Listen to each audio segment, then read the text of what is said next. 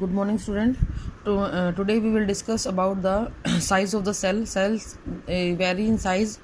Their dimensions are usually expressed in micron और micrometer. It is also describe in angstrom. ये अलग अलग unit हैं किसी भी सेल के साइज को डिस्क्राइब करने के लिए. Human cell typically ranges in the diameter from 8 to 25 micrometer. They are observe under the microscope. इतनी छोटी होती है कि इन्हें माइक्रोस्कोप के अंदर ही देखना पड़ता है.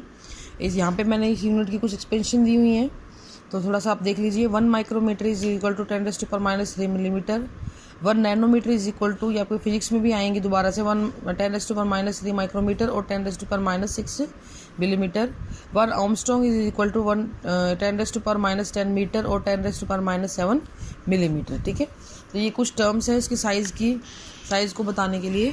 Next we will discuss the protozoans की. अगर हम बात करते हैं तो ये 2 माइक्रोमीटर लॉन्ग होता है.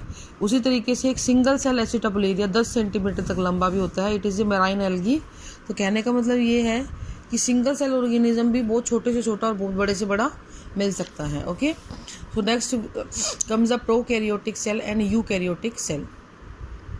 ये दो सेल जो है they are divided on the basis of their organization of nucleus. कितना कॉम्प्लेक्सिटी उनकी सेल के अंदर है या न्यूक्लियस के अंदर है, उसके बेस पे इनको डिवाइड किया गया है.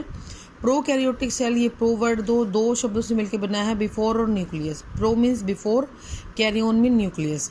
द सेल इन जो सेल होती हैं, इन सेल का जो न्यूक्लियस होता है बेटा, वो बहुत ही प्रिमिटिव होता है, बहुत ही लेस डेवलप होता है. इसके एग्जाम्पल है आपके पास बैक्टीरिया और ब्लू ग्रीन एल्गी. ठीक है, इनके पास न्यूक्लियर मेम्ब्रेन नहीं होती है. लाइक अगर मैं आपको 2 सेल बना के दिखाऊं, देखिए ज़रा डायग्राम के अंदर, ये फॉर एग्जांपल है, ये 2 सेल हैं जैसे. ठीक है, मैंने एक का जेनेटिक मटेरियल ऐसे बना दिया और दूसरे का जेनेटिक मटेरियल बनाया और उसके चारों तरफ बाउंड्री कर दी. ठीक है, तो आपको बेसिक डिफरेंस नज़र आ रहा है. जेनेटिक मटेरियल फ्री पड़ा है, यहाँ पे जेनेटिक मटेरियल के चारों तरफ क्या आ गई बेटे, एक बाउंड्री आ गई.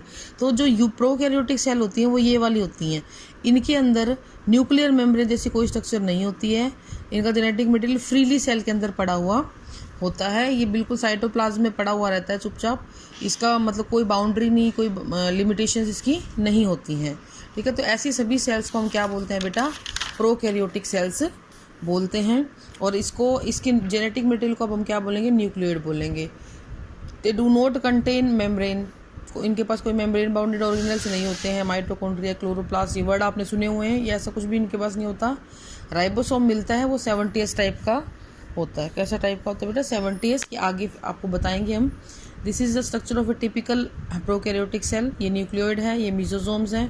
Then plasma membrane, cell wall, flagella, ribosome और फिम्ब्री. बहुत ज़्यादा कॉम्प्लिकेटेड स्ट्रक्चर इनकी नहीं होती है. If we are talking about the eukaryotic cell, you means develop, karyotic वही कैरियोन के लिए न्यूक्लियस कहलाए. तो ऐसी सेल जिनका न्यूक्लियस डेवलप होता है उसको हम यूकैरियोटिक सेल्स बोलते हैं.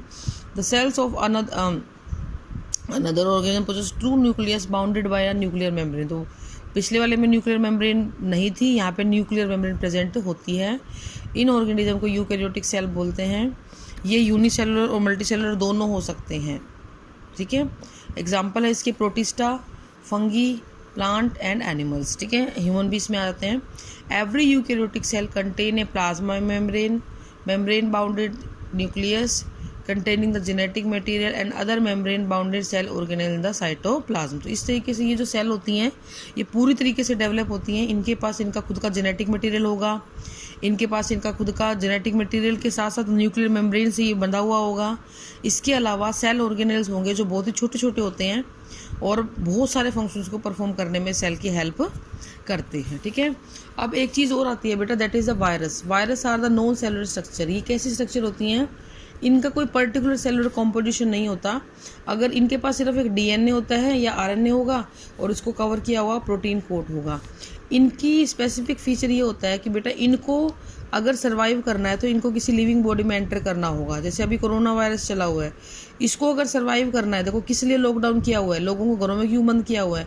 द रीज़न इज़ लोग बाहर जाएंगे, वायरस को नए नए लिविंग बॉडी मिलेंगी और उतना ही वो फैलता चला जाएगा. जितनी कम लिविंग बॉडी मिलेंगी उतना ही कम वो ये फैलेगा. तो इसीलिए ये लॉकडाउन किया गया है. तो वायरस जो होता है इसको अगर बढ़ना है तो इसको कोई ना कोई लिविंग ऑर्गेनिज्म चाहिए. ये लिविंग हो या अपने होस्ट की मशीनरी को यूज़ करके अपने आप की ग्रोथ कर सकता है। ठीक है, नेक्स्ट है